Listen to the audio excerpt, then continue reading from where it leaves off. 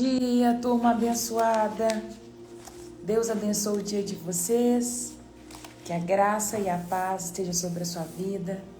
Bora para mais um dia que o Senhor já fez, rompendo, avançando, dando graça, porque o Senhor é bom e as suas misericórdias é a causa de nós não sermos consumidos. Já agradeceu o Senhor hoje pela misericórdia dele ter se renovado sobre a sua vida? Bom dia, Totó. Deus te abençoa. Você tá bem? Bom dia, Robertinha. Acordou cedo, hein, Robertinha? Arrasou. Deus abençoe. Vamos orar? Falar com o Senhor? Aleluia, Deus. Bom dia, Pai. Bom dia, Espírito Santo. Bom dia, Senhor Jesus. Nesta manhã nós te damos graça, Pai, porque o Senhor é bom, o Senhor sempre nos ouve. O Senhor é o nosso Deus. Nós queremos começar o dia, Pai, te louvando, te bendizendo por ser o nosso Deus, por ser o nosso Pai. Obrigado, Deus, por tanta graça. Obrigada pela misericórdia do Senhor, que é o que nos mantém de pé, que é o que nos mantém pertinho do Senhor, Pai. Em nome de Jesus, Deus, nesta manhã, eu quero agradecer ao Senhor pela vida de cada um dos meus irmãos que aqui estão. Agradecer, Pai amado, pela disponibilidade de coração, pelo zelo, pelo amor que eles têm de estar aqui comigo, Deus, nesta caminhada. Quero te pedir perdão, Deus, pelos nossos pecados, pelas nossas falhas. Às vezes, Deus, que ofendemos a Tua santidade. Nos perdoa, Deus. Nós estamos aqui nesta manhã e o nosso propósito é sempre o mesmo. De aproximarmos do Senhor, de conhecer a Tua Palavra, de ter revelação na Tua Palavra, Pai amado, e permanecer nos Teus caminhos. Nós entendemos que somos servos, que somos escravos de Cristo, Pai. Que o Senhor é o nosso Senhor. E você manda, Pai, o Senhor pede, o Senhor fala e não precisa se justificar para ninguém. Porque o Senhor, Ele não se justifica. Deus, tudo que nós precisamos aprender é andar debaixo da obediência. Andar debaixo dos Teus comandos, executando exatamente aquilo que o Senhor já determinou sobre as nossas vidas. Pai amado, eu peço para que não haja espaço no nosso meio para tristeza, para angústia, para nenhuma ansiedade, para nenhum sentimento da alma, Pai. Que o Teu Espírito possa mesmo avivar o nosso espírito e o nosso espírito governar a nossa alma, Pai. Aquieta a nossa alma e nos permita desfrutar da Tua presença logo pela manhã. Alinha o nosso coração, Pai, porque um coração alinhado com o Senhor no início do dia vai exalar do reino durante o dia, Pai. Em nome de Jesus, Deus, nós nos colocamos diante da Tua presença e pedimos revelação na Tua palavra. Fala conosco, Pai amado, em nome de Jesus. Espírito Santo, que o Senhor tenha liberdade de ministrar sobre as nossas vidas. Deus, eu oro por cada casa aqui representada, por cada família, que eles possam cada dia mais, Deus, exalar da essência do Senhor, em nome de Jesus. Tchau, filho, Deus te abençoe. Em nome de Jesus, Pai, em nome de Jesus. Amém. Amém e amém. Bom dia, povo lindo, povo cheiroso, povo que tem cheirinho de Jesus. Eita glória. Gente, aí onde vocês moram tá calor? Porque aqui tá muito calor. Muito calor, muito calor. Mas não é pouco, é muito mesmo. Vamos lá comigo em Jó, capítulo 36. Desde o versículo 32. Deixa eu ver se é o 32. Desde o capítulo 32, aparece um homem chamado Eliú. Um homem novo, né, moço. Não sabemos a idade dele, mas sabemos que ele era um moço. Tchau, filha. Porque ele vai falar sobre ele ter ouvido o discurso dos mais velhos. E aí ele começa agora a falar várias coisas para Jó. Eliú, um moço mais novo, que ficou ouvindo o discurso de Jó com seus amigos durante um tempo.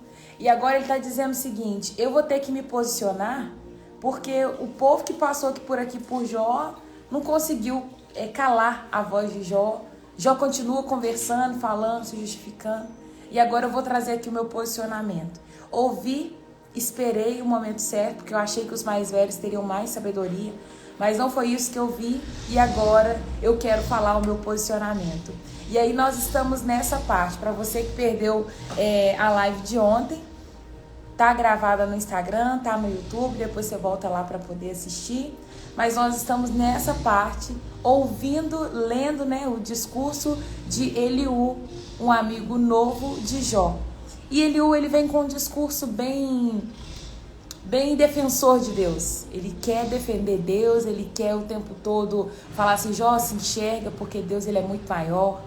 Ô Jó, se enxerga porque você é um pó, você não é nada.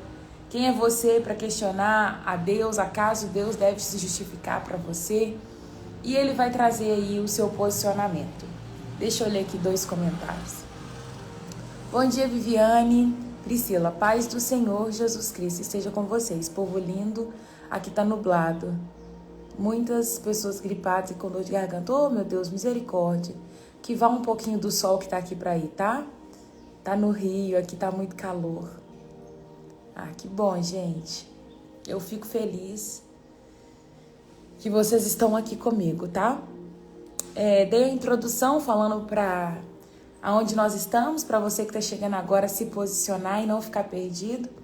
Mas nós vamos ver aqui agora outro discurso de Eliú. O 36 e o 37 ainda será Eliú falando. Então, 5 versículos só de discurso de Eliú. E depois, com calma, você que está aí em casa, você faça a leitura novamente dessas falas de Eliú, porque Eliú ele vai trazer verdades. Ele vai falar a verdade sobre Deus, sobre a justiça de Deus. Ele vai falar sobre aprender a ouvir os mais velhos, porque os mais velhos carregam uma essência muito grande. Ele vai falar sobre nós aprendermos a olhar para o Senhor e entender que Deus é soberano sobre a nossa vida. E vai falar muitas coisas. Vai falar que Deus ele dá a oportunidade do perverso se converter, do mal voltar-se ao seu caminho. E várias outras coisas que você pode ler com calma depois e trazer para sua vida. Porém, eu falo que não se aplica a Jó, porque Eliú, ele foi infeliz de trazer um veredito para a vida de Jó, porque ele vai trazer como se fosse o Jó estivesse pecando e por isso Jó estava passando por tudo aquilo. E não é uma verdade, né? Nós sabemos que Jó, ele não teve culpa nesse ponto. Ele está aqui falando, se justificando. Não precisava se justificar dessa forma, não precisava se lamentar dessa maneira, mas ele está aqui se justificando para Deus e falando: eu não sou pecador. Esse é o discurso de Jó. Eu não fiz nada para merecer. E quantas vezes nós olhamos para a nossa vida e falamos assim: Deus, eu não fiz nada para merecer isso. Por várias vezes a gente fala para Deus: Deus, por que eu estou passando por isso? Devendo, às vezes, alguma conta, devendo um aluguel, e você está trabalhando, o dinheiro não está dando, e aquela coisa toda, e você pergunta: Deus, o que está acontecendo na minha vida? Aí você vê algumas coisas saindo fora do eixo na sua casa, e você questiona, a enfermidade vem, e às vezes você fica perguntando: Deus, eu não sou perversa, eu não sou ímpio, eu não fiz nada para poder estar passando por essa situação. Mas eu quero te dizer uma coisa, meu irmão, vai ter momentos e momentos. Tem momentos que Deus ele pesa a mão para que aquela pessoa ela se volte, ela se prostre diante do Senhor e reconheça a soberania de Deus. Porém, vai ter momentos da sua vida que você vai passar por situações que você não planejava, não estava no seu script e simplesmente Deus permitiu porque Ele é Deus. E não cabe a gente perguntar: Deus, por que você fez isso? É uma frase muito comum de ser dita. Por que Deus? E a gente acha que não está ofendendo o Senhor. Mas eu aprendi que entender que Deus é Senhor significa que Ele não tem que justificar nada para a gente. Eu queria que isso ficasse gravado no coração de vocês. Uma vez que nós entendemos que Deus ele é Senhor da nossa vida, né? Que Jesus ele é Senhor, Ele não precisa se justificar. Por algum acaso, alguém que trabalha, tem um patrão, tem um chefe, alguém que já foi servo de alguém, funcionário, empregado. A palavra servo não se usa tanto nos dias atuais, mas você que já foi funcionário de alguém, alguma vez o seu patrão ele te falou assim: faz isso para mim, por favor, e você questiona: por que você quer que eu faça? Quando você tem um patrão, um chefe, alguém, mesmo discordando, você é obrigado a fazer, porque você é contratado daquela pessoa para trabalhar para ele. A não ser que você não esteja na sua função, a não ser que não esteja fazendo algo que você não foi chamado para fazer, mas se você estiver dentro da sua função, você vai ter que fazer o que o seu chefe pede. Exemplo clássico às vezes, para uma pessoa que trabalha em casa de família, uma faxineira, às vezes a dona da casa vai falar assim: eu gostaria que você lavasse o banheiro hoje com esse produto. E aí você não vai questionar e falar assim: ah, mas com água sanitária, com que boa, é melhor.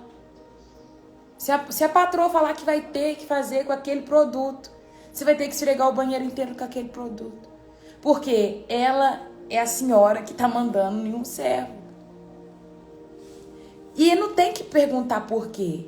Não vai ter que justificar. Ah, é porque eu vi num informativo, numa rede social, num jornal, que esse produto é melhor e ele vai clarear os pisos, vai clarear o azulejo, nananana. Não vai falar.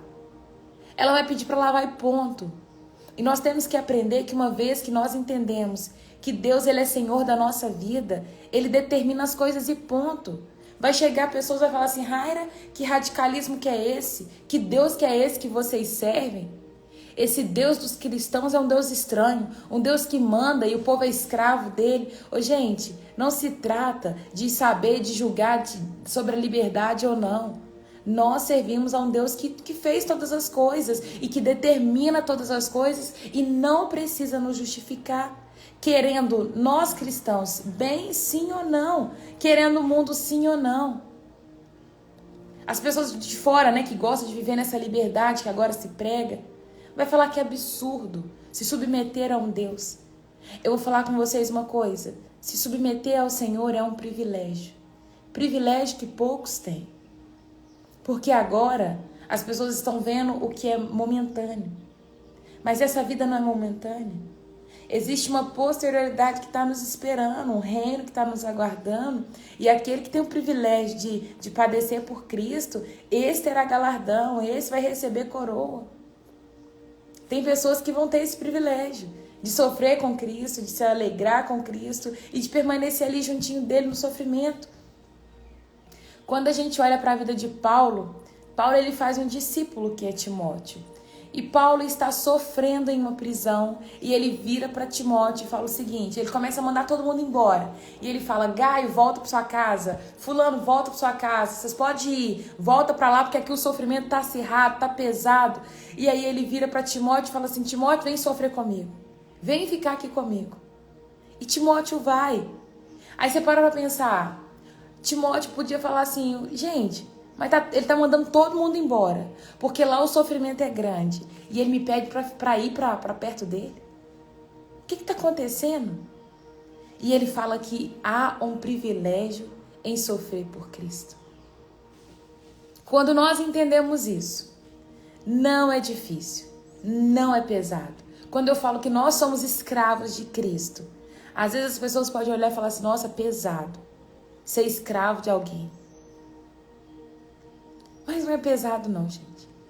Você servia a um Deus soberano, poderoso, que fez os céus, a terra, que controla os ventos, que faz o firmamento, que segura as estrelas, que põe brilho no sol.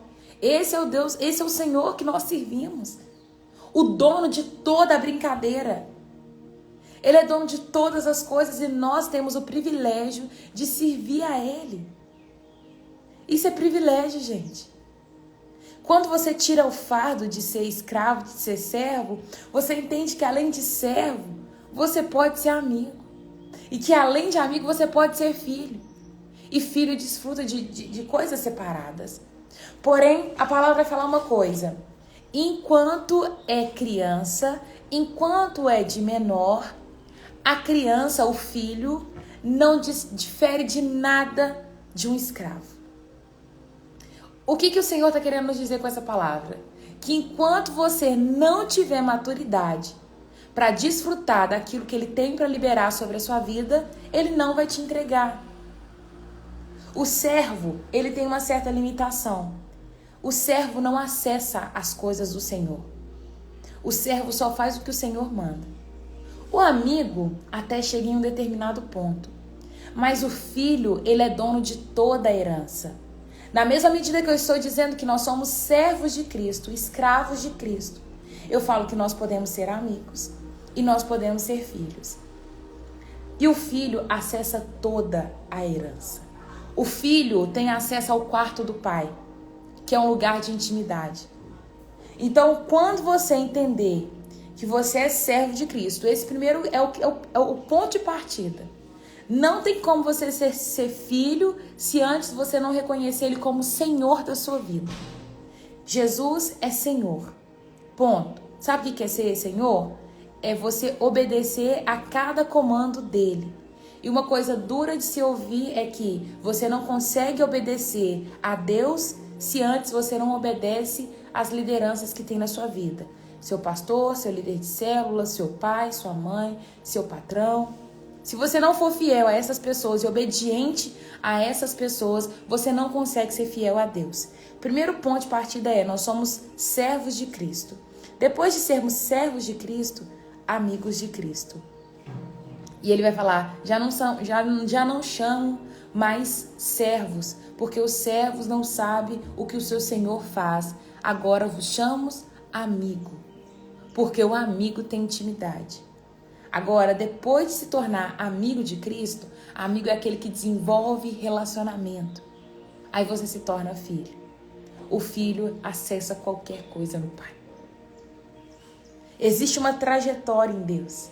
Identifique o ponto que você está. Seja obediente, se aproxime de Deus, se torne filho. Sabe? Nós precisamos entender essa trajetória. E aí depois o ponto que você se tornar filho só alcance a maturidade para você acessar todas as coisas. Se você tem um filho de 15 anos e ele vira para você e fala assim, pai, mãe, eu vou pegar o carro aqui de casa e vou dar uma volta, vou rodar um estado aí. Não vou falar de um estado só porque tem várias pessoas de vários estados. Ah, pai, eu vou dar uma volta aqui no estado. Que seja ele andando 500 quilômetros. Você deixaria um filho seu de 15 anos rodar um estado? Não tem como. Não tem como porque ele não tem maturidade para isso. Ele não tem idade para isso. E assim somos nós com o Senhor. Às vezes você está fazendo pirraça porque você está virando para Deus falando assim, Deus, eu quero dar uma volta no estado com 15 anos. Deus não vai deixar.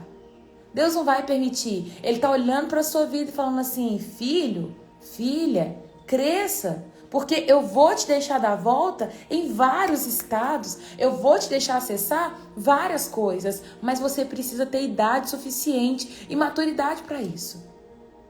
Deixar uma criança de 12 anos, de 14 anos, pegar um carro e dirigir um estado inteiro é loucura. E tem coisa que você está querendo acessar que Deus está falando assim, você não vai acessar porque você ainda é novo. Você não tem maturidade para isso. É loucura. Loucura é queremos acessar lugares que o Senhor ainda não liberou para a nossa vida. Então que nós possamos nos reposicionar no Pai e alcançar e viver no lugar correto, no tempo e no modo que o Senhor já determinou para a nossa vida. Amém? É sobre isso. Nós lemos aqui essas falas de Eliú. E Eliú vai vir com essa soberania de Deus. Ele vai falar muitas coisas sobre o Senhor. E aqui no 36 ele vai continuar. Vou fazer uma leitura direta. Depois eu paro e a gente volta para explicar. Se você está com a sua Bíblia aí, acompanha aí também na sua Bíblia. Hoje eu quero ler na N... Essa aqui é Almeida. Almeida revisada, atualizada. Nova Almeida atualizada. NAA. Vamos lá. Eliú seguiu falando e disse: mais um pouco de paciência e eu lhe mostrarei que tenho mais argumentos a favor de Deus. Trarei o meu conhecimento de longe e atribuirei a justiça do meu Criador. Porque, na verdade, as minhas palavras não são falsas. Quem está diante de você é o Senhor do assunto. Eis que Deus é grande e não despreza ninguém. Ele é grande na força da sua compreensão. Não poupa a vida do ímpio, mas faz justiça aos aflitos. Deus não tira os seus olhos do justo, pelo contrário, os assenta no trono com os reis para sempre, e eles são exaltados. Quero fazer uma pausa aqui, que eu falei sobre sermos escravos e servos de Cristo. E aí tem essa limitação de estar sempre obedecendo, de não questionar, de não perguntar e tudo mais. Porém, quando a gente entra para ser servos de Cristo, nós vamos caminhando em progressão a um relacionamento, a uma amizade, entendemos que somos filhos de Deus. E aí, quando você se torna justo aos olhos do Senhor, esse ponto aqui, ó, de justiça, a palavra diz que o Senhor não tira o olho do justo. Existe um privilégio tão grande de servir a Cristo, que é tudo aquilo que você precisa está disponível. Uma das coisas que eu tive acesso e que eu entendi quando eu fui entrando para essa caminhada cristã é que eu posso todas as coisas em Deus. Embora Ele não precisa me justificar o que Ele está fazendo com a minha vida, por que eu estou passando por dificuldade, por que eu passei por alguma enfermidade ou a falta que eu tive, Ele não precisa me justificar. A perda, a morte de alguém que eu amava, isso Ele não me justifica. Ele não precisa e Ele não tem porquê, porque Ele é Deus. Mas embora eu não peça para Ele essa justificativa das coisas que acontecem na minha vida, Ele sempre fala. Porque os olhos do Senhor estão sobre a minha vida. E não só sobre a minha vida, sobre a sua também, que caminha com Ele. Então não pensa que a sua vida não é importante para o Pai. Por várias vezes eu já fui alertada por Deus de caminhos que não era para eu ter entrado. De pessoas que não era para eu ter assentado. De comidas que não era para eu ter comido. Várias vezes. Ou seja, um Deus que se importa com detalhe. Entende? É um Deus que está sempre olhando e se preocupando. Cláudia, nós estamos lendo Jó. Eu acabei de ler o versículo 7 do capítulo 36. Existe um Deus que se importa, gente. Entenda que Ele é Senhor da sua vida. Entenda que Ele é que controla todas as coisas a seu respeito. Porém, Ele se importa muito com você. A palavra está nos dizendo que Deus não tira os olhos do justo. Pelo contrário, os assenta num trono com os reis, para serem para sempre, e eles serão exaltados. Se estão presos com corrente e amarrados com cordas de aflição, ele lhe faz ver as suas obras e as suas transgressões, e lhe mostra, e que se mostraram arrogantes. Ele está dizendo o seguinte, que toda vez que alguém peca, que alguém é soberbo, que alguém passa por algum problema, ele está dizendo que Deus está dando a essa pessoa uma oportunidade de se redimir. Existe isso? Existe. Mas também existe pontos que a pessoa não fez nada e Deus permite. Mas Eliú está trazendo um ponto de que a pessoa que foi perversa, a pessoa que foi ímpia, ela vai passar por dores, por aflições, mas tudo isso é o Senhor chamando ela para perto. Versículo 10. Abre-lhes também os ouvidos para a instrução e ordena que se converta da iniquidade.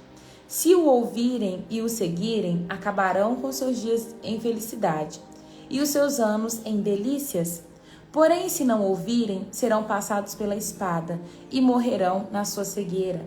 É o fim daqueles que servem e os que não servem a Deus. Aqueles que caminham em fidelidade com o Senhor, esses provarão de dias de felicidade, de delícias de anos, de eternidade e vida eterna. Porém, aqueles que não ouvem ao Senhor, esses são passados à espada. Ele está trazendo aqui a lembrança da morte. Morte eterna, porque a pessoa entra em uma cegueira espiritual e ela não consegue mais sair dela. Eu conheço pessoas que eu falo assim, nossa, fulano caminhava com o Senhor, andava com Deus e agora está perdido. O que aconteceu? Se tornou cego. Não consegue mais ouvir o Senhor. Não consegue mais ter entendimento de quem Deus é, porque se perdeu. Pronto. Os ímpios de coração alimentam a ira. E quando são aprisionados por Deus, não clamam pedindo socorro. Perdem a vida na sua mocidade e morrem entre os prostitutos culturais. Deus livra o aflito por meio da sua aflição e pelo sofrimento lhes abre o ouvido. Exemplo de pessoas que têm o seu ouvido aberto ao passar por alguma tribulação. Conheço um caso de Deus ter chamado uma pessoa. Essa pessoa não quis ouvir o chamado de Deus, era para ele pastorear pessoas e ele trabalhava num banco. E aí Deus falou com ele, eu tenho isso para sua vida. Ele falou, não, Deus, não quero, vou continuar no meu trabalho, porque meu trabalho é muito bom. Ele ganhava muito, um salário de quase 20 mil, e ele não quis abrir mão para ser pastor. E aí, em um determinado dia, uma pessoa virou para ele e falou assim, olha, Deus te chamou para o pastoreio e pediu para você largar o seu emprego e fazer aquilo que ele te pediu. A pessoa não deu ouvido, entrou no ouvido e saiu no outro. Certo dia ele saiu para trabalhar, o carro dele capotou. No carro dele ter capotado, deu perca total no carro, não tinha seguro, ele não teve um arranhão sequer. Nesse momento, ele lembrou do que tinha sido dito, porque junto com a profecia de falar que Deus te chamou para um propósito, Ele te quer de volta, a pessoa falou assim, se você não voltar para o Senhor, Ele falou que vai te levar e vai te tirar um carro. E aí foi o que aconteceu. Ele sofreu um acidente, na mesma hora ele lembrou da profecia. E às vezes o Senhor faz isso mesmo. Eu tive assentada à mesa com a pessoa que passou por esse momento. E o Senhor faz. E aí é onde que eu falo que o livre-arbítrio, ele passa muito longe. Muito longe. Certa vez eu estava fazendo faculdade, eu tinha FIES na época, e eu lembro que eu virei para Deus e falei, Deus, eu vou pedir licença das tarefas de escola bíblica, de ir na igreja, de atividades envolvendo a igreja, de célula, essas coisas assim, não quero participar mais. Vou ir num culto só no domingo pela manhã, porque eu quero me dedicar na faculdade, eu quero ser uma profissional de excelência. Virei para Deus e falei isso. O tempo que eu gasto sendo professora de escola bíblica, ajudando em pequeno grupo, eu vou dedicar na faculdade, Deus, porque eu quero ser uma profissional excelente. E falei isso para Deus e fui viver minha vida. Fiquei, gente, uns 4 meses assim. E aí, quando passou os 4 meses, chegou a época de fazer rematrícula. Quando eu fui olhar, o meu FIES tinha sido cortado. Eu estava devendo 14 mil na faculdade. E aí eu fiquei desesperada porque eu não tinha dinheiro, eu tinha FIES 100%. Eu queria formar, na época que eu mais queria ser uma profissional excelente, o Senhor foi lá e me tirou o FIES. Eu falo que isso é o não ter livre-arbítrio. Não tem. Eu posso escolher o que eu vou comer, o que eu vou vestir, com quem eu vou me casar, mas sobre o meu propósito de vida, eu não determino. Porque o Senhor já tem algo determinado para mim. E se eu fugir desse lugar, Ele vai me buscar em qualquer lugar onde eu estiver. E eu lembro que eu virei para Deus e falei assim, Deus, eu não desviei, estava na sua presença. Eu só queria ser uma profissional de excelência. Eu queria gastar meu tempo estudando. E Ele falou comigo assim, você não tem essa opção. Não tem essa opção. Então tem pessoas, talvez não vai acontecer com todo mundo, mas tem pessoas que quando começa a se afastar do Senhor, Ele vai pegar aquele negocinho que puxa a ovelha e vai trazer pelo pescoço. Ele faz isso com aqueles que têm um propósito específico nele. Você só precisa querer estar disposto a caminhar com o Senhor. Ele tem muito a operar nas nossas vidas, gente, muito. Mas nós precisamos abrir o nosso coração e entender que Ele é o nosso Senhor e Ele determina a nossa vida. É muito bom viver e desfrutar das coisas do Pai. Eliú está dizendo isso, que Ele sempre vai trazer de volta aqueles que são dele. Versículo 16. Assim também a você, Deus procura tirar da angústia e levar para um lugar espaçoso em que não há aperto e para o conforto de uma mesa cheia de comida saborosa. Mas você se enche de juízo do perverso e por isso o juízo da justiça o alcançará. Tenha cuidado para que a ira não o leve a zombar, nem permita que a grande quantia do resgate o desvie. Será que ele levaria em conta suas lamúrias e todos os seus grandes esforços? Para que você se veja livre da angústia? Não suspire pela noite, que povos serão tirados do seu lugar. Cuidado, não se incline para a iniquidade. Você parece preferir a iniquidade à sua miséria. Eis que Deus se mostra grande em seu poder. Quem é mestre como ele? Quem lhe prescreveu o seu caminho? Ou quem lhe pode dizer, cometeste uma injustiça? Quem pode falar isso para Deus, gente? Virar para Deus, Deus, você foi injusto. Quem que pode falar isso? Ninguém. Lembra-se de exaltar as obras de Deus, que as pessoas celebram. Toda a humanidade olha para elas, as pessoas a contemplam de longe, e eis que Deus é grande e não o podemos compreender. O número dos seus anos não se pode calcular. Ele atrai para si as gotas de água que de seu vapor destilam em chuva, a qual as nuvens derramam e gotejam sobre a terra, em grande abundância. Pode alguém entender como elas estendem as nuvens e como os trovões ecoam em sua tenda?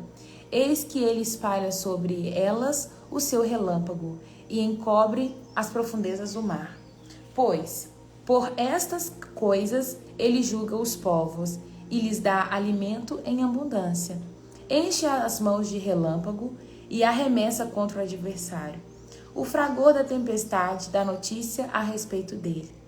Dele que é zeloso na sua ira contra a justiça. Ainda falando sobre a soberania de Deus e sobre Deus fazer todas as coisas porque Ele é Deus. Capítulo 37. Diante disso, disso que eu estou falando, a grandeza de Deus, Deus é grande, Ele é poderoso, o meu coração treme e salta do seu lugar. Ouçam atentamente o trovão de Deus, o estrondo que cai da sua boca. Ele solta por baixo de todos os céus, e o relâmpago chega até os confins da terra. Depois deste, ruge a sua voz, troveja com o estrondo da sua majestade, e a ele já não retém o relâmpago, quando se ouve a sua voz. Com a sua voz, Deus troveja maravilhosamente. Ele faz grandes coisas que nós não compreendemos. De fato, por várias vezes, o Senhor vai fazer muitas coisas que nós, em nosso entendimento comum, nós não conseguimos compreender. Nós não conseguimos compreender tudo que o Senhor Ele faz ou Ele determina sobre as nossas vidas. Por quê? Porque Ele é soberano, porque Ele é eterno, porque Ele é Deus. Porque Ele diz à neve, cai sobre a terra, e a chuva ao aguaceiro, sejam fortes. Assim Ele torna inativa a mão de todos para que reconheçam as obras dEle. Ele é aquele que faz todas as coisas acontecer. Ele vai dizer para a neve, neve, caia, e a neve vai cair. Ele vai dizer para a chuva, seja forte, e a chuva vai ser forte. Assim, ele torna inativa as mãos de todos que reconhecem as obras dele. Os animais entram nos seus esconderijos e ficam nas suas cavernas. De suas recâmaras sai a tempestade, e os ventos fortes trazem o frio. Pelo sopro de Deus se dá a geada. Olha isso, é forte, né? E a grande extensão de água congelada. Carrega de umidade as densas nuvens, e do meio delas irradia o seu relâmpago. Então as nuvens, segundo o rumo que ele dá, se espalham para uma outra direção, para fazerem tudo que ele lhe ordena, sobre a superfície da terra, e tudo isso ele faz vir para a disciplina, se convém à terra, ou para exercer a sua misericórdia. Ele está dizendo que Deus vai fazer isso para a disciplina de alguns ou por misericórdia. Dê ouvido a isto, Jó. Pare e pense nas maravilhas de Deus. Será que você sabe como Deus comanda as nuvens e como faz resplandecer o relâmpago da nuvem? Será que você sabe algo sobre o equilíbrio das nuvens e sobre as maravilhas daquele que é perfeito em conhecimento? Você cujas roupas ficam aquecidas quando há forte calor por causa do vento do sul? Será que você pode ajudar Deus a estender o firmamento que é sólido como espelho de metal fundido? Ensine-nos que devemos dizer a Ele, porque nós, envoltos em treva, não podemos expor a nossa causa diante dele. Será que alguém deveria contar a Deus que eu quero falar com Ele?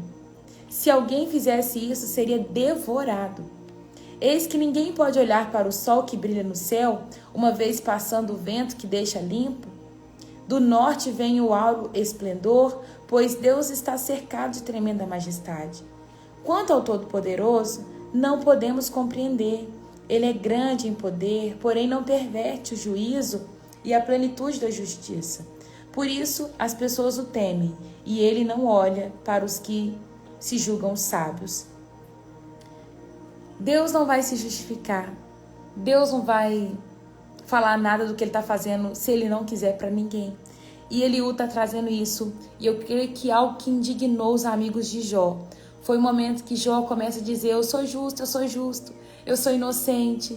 Imagina, né? E aí o costume daquela época era as pessoas ficarem doentes por causa de um juízo de Deus. As pessoas passarem por alguma dificuldade porque elas estavam sofrendo uma penalidade do Senhor. Jó não passava por isso, mas ele estava sofrendo, e esse é o apontamento dos amigos. É por isso que Eliú, ele se indigna, porque ele fala assim: ô Jó, aceita, porque Deus é poderoso. E se você está passando por isso, é porque ele acha que convém você estar passando por isso, e com toda certeza é para redimir o seu coração. Hoje eu queria trazer um pouquinho dessa parte para você. Eu não sei qual que é a fase da vida que você está vivendo, eu não sei o que você tem passado dentro da sua casa, mas eu queria que você parasse de questionar as coisas para o Senhor. Pare de ficar questionando e perguntando: Deus, por que eu estou passando por isso? Para de ficar querendo dar ordem para Deus de como Ele deve fazer as coisas acontecer na sua vida. Eu não estou querendo dizer que tá bom o seu sofrimento, que tá bom a porta fechada, que tá bom a muvuca de coisa que você está passando. Mas estou querendo dizer: aceita a soberania de Deus sobre a sua vida. E só fale com Ele: Deus, o que o Senhor quer de mim nesse tempo? O que o Senhor quer operar em mim nesse tempo? Tem alguma coisa que eu possa fazer que vá glorificar o seu nome? Porque nós fazemos parte do propósito de Deus, mas nós não somos dignos de questionar o porquê Deus está fazendo algo. Então, se você tem questionado, murmurado, larga esse ponto de lado e começa a glorificar a Deus com as suas ações, com as suas atitudes, e fala: Deus, eu quero te glorificar com a minha vida. Eu quero te exaltar como eu sei. Eu quero extrair de mim a minha melhor versão em tempos de guerra, em tempos de tribulação, em tempos de dificuldade. Eu escolho glorificar o teu nome. Seja você essa pessoa, sabe, que vai falar com Deus assim: Deus, eu não estou entendendo, mas eu vou permanecer. Dobra o seu joelho e agradece. Cria aí a sua rotina de oração, o seu cantinho de guerra, onde você vai guerrear as lutas que você está vivendo na sua casa, no seu trabalho. Guerreia da maneira certa. Busque a Deus, mas da forma correta. Não é você ir para Deus e falar: Deus, por que está acontecendo tudo isso na minha casa? Mas é: Deus, qual que é o propósito que o Senhor tem nisso? Tem lugares que eu entro, que eu já falo com Deus assim: me ensina logo, Deus, o que o Senhor tem para ensinar.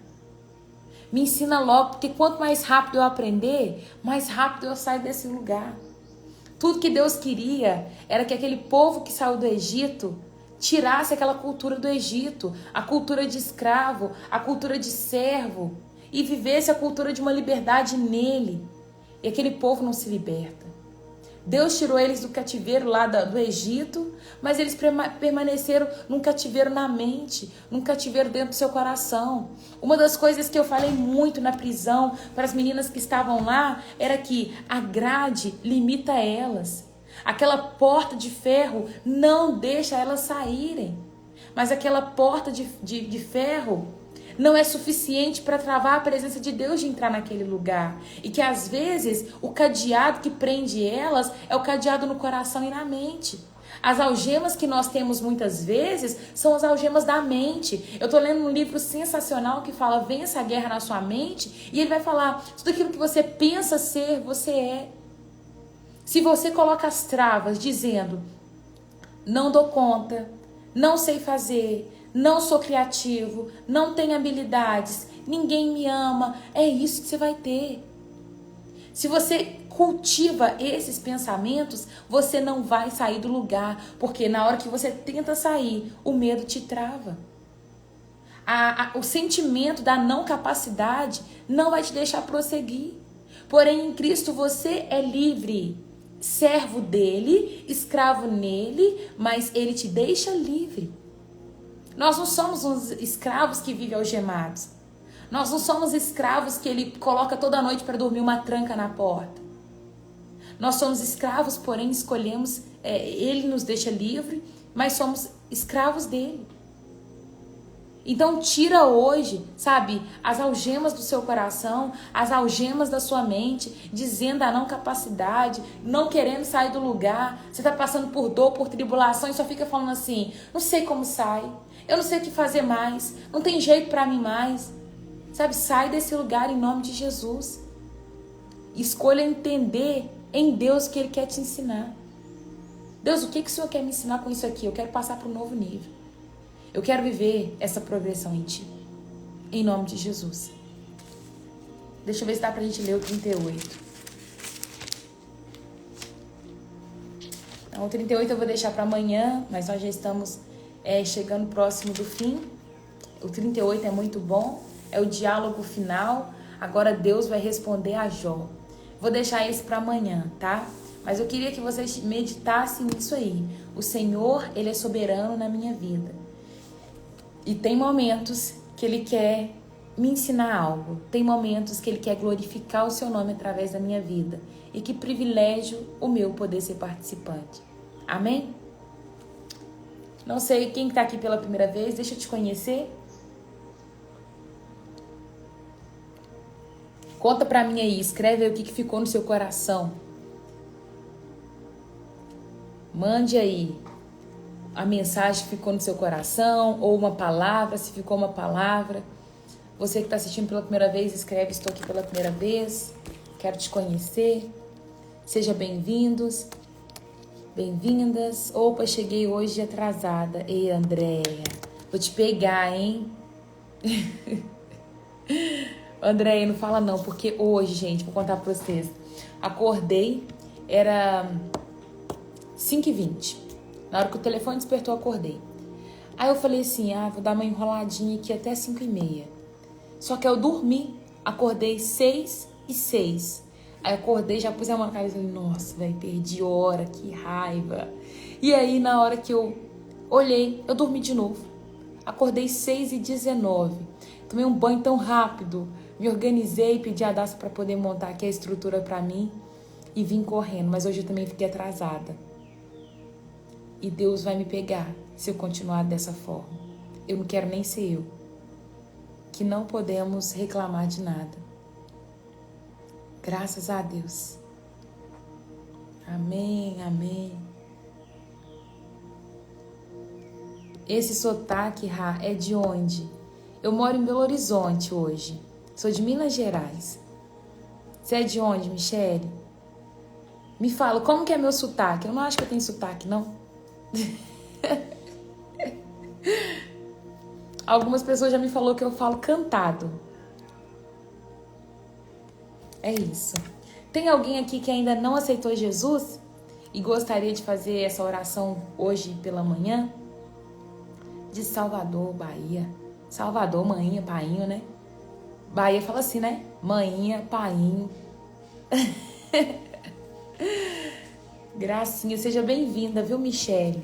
Ainda não te conhecia, mas seja bem-vinda em nome de Jesus. Se tem alguém que quer fazer essa oração aceitando Jesus hoje como Senhor, você vai escrever e falar assim, Senhor Jesus, eu te aceito como meu único Senhor. Agora, se você está afastado dos caminhos do Pai e você quer voltar para Jesus hoje, você vai escrever assim, Senhor Jesus, eu quero voltar. E eu quero orar por você. Amém? Você tem um sotaque, sim. Sotaque gostosinho. Queria entender qual que era o meu sotaque.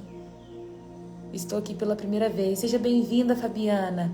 Fabiana, nós temos live todos os dias, de segunda a sexta, 6h40, tá?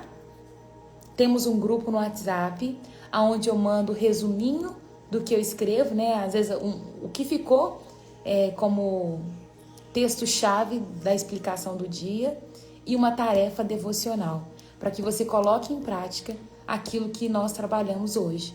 E assim a palavra vai enraizando no nosso coração. Amém? Todo mundo aqui é salvo?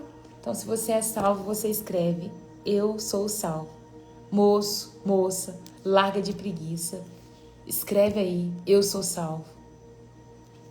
Lá, Michele, no link na minha bio, tem um link que vai te redirecionar para um grupo Enxergando as Escrituras. Mas hoje eu vou deixar lá nos stories, tá bom? Aí se você esperar um tempinho, assim que eu postar a live, eu vou deixar lá nos stories. Aí você entra, tá bom? Isso aí, eu sou salvo. Amém. A Gláucia é salva. Aleluia. Coloca a mão no seu coração. Senhor Jesus, eu quero voltar. Seu nome é Adam. Adam, vou orar por você. Vou orar pela sua vida. Que você possa mesmo, de fato, encontrar o caminho de volta para o Pai e permanecer firme com Ele. Não sei o que te levou a afastar dos caminhos, mas quero falar para você. Permaneça com seus olhos fixos no Senhor e seja transformado de glória em glória até chegar o dia que Ele vai voltar para nos buscar. Amém? Pensar como Cristo sempre. Amém e amém. Coloca a mão no seu coração, feche seus olhos e repita isso comigo. Senhor Jesus, muito obrigado por esta palavra, que ela possa germinar em meu coração. Deus, em nome de Jesus, eu quero te agradecer por esse momento, por esta palavra, pelo carinho que você tem com a gente, Pai, por nos ensinar tanto.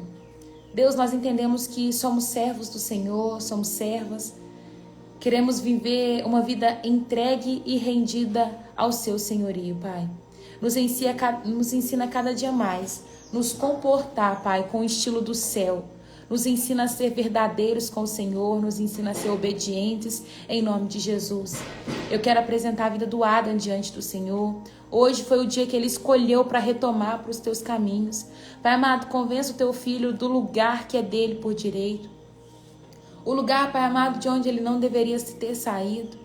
Fortalece esse homem, Pai. Fortalece esse filho amado. Levanta mesmo um sacerdócio aqui, Pai, em nome de Jesus. Que ele possa ser fortalecido na tua grandeza, Pai, no teu poder. Estende as suas mãos sobre a vida dele, Pai amado, e faça ele firmar os passos em ti. Livra ele de toda amizade, de todo lugar que o Senhor não separou para ele estar. Em nome de Jesus eu te peço, Pai. Escreve o nome do teu filho no livro da vida, Pai. Em nome de Jesus, esse é o meu pedido. Eu quero abençoar cada família aqui, Pai, cada lar que está aqui. Tem tantas pessoas enfrentando momentos diferentes, tempos diferentes. Às vezes é uma dificuldade com o filho dentro de casa, que a pessoa já não sabe mais como lidar com essa situação. Às vezes é ver um filho sofrendo, às vezes é um marido que está desempregado, uma situação difícil que essa pessoa tem enfrentado. Eu apresento todas elas diante do Senhor, crendo que o Senhor é soberano sobre todas as coisas e que nada fugiu do seu controle, Pai. Fortalece essa família em nome de Jesus. Estenda suas mãos, Pai, poderosas sobre elas. E que a presença do Senhor encha o ambiente aonde tem um filho representado agora, Pai. Que eles possam mesmo testemunhar das maravilhas de viver na Tua presença, em nome de Jesus. Esse é o meu pedido, Pai. Amém e amém. Que o Senhor te abençoe, que o Senhor te guarde, que Ele faça mesmo resplandecer o rosto dEle sobre você e te dê paz. Em nome de Jesus. Amém? Amém. Um beijo no coração de cada um de vocês. Obrigado por permanecerem aqui comigo. Se o Senhor ministrar sobre a sua vida, convide alguém para estar aqui amanhã com você. Convide uma pessoa. Fala assim, amanhã eu quero te levar num lugar. De forma online. Amanhã nós vamos fazer um dos encontros de Deus com Jó. Vai ser bem legal ver essa parte, sabe? Então, é isso. Eu espero você aqui amanhã e traga um amigo. Beijo. Tchau, tchau.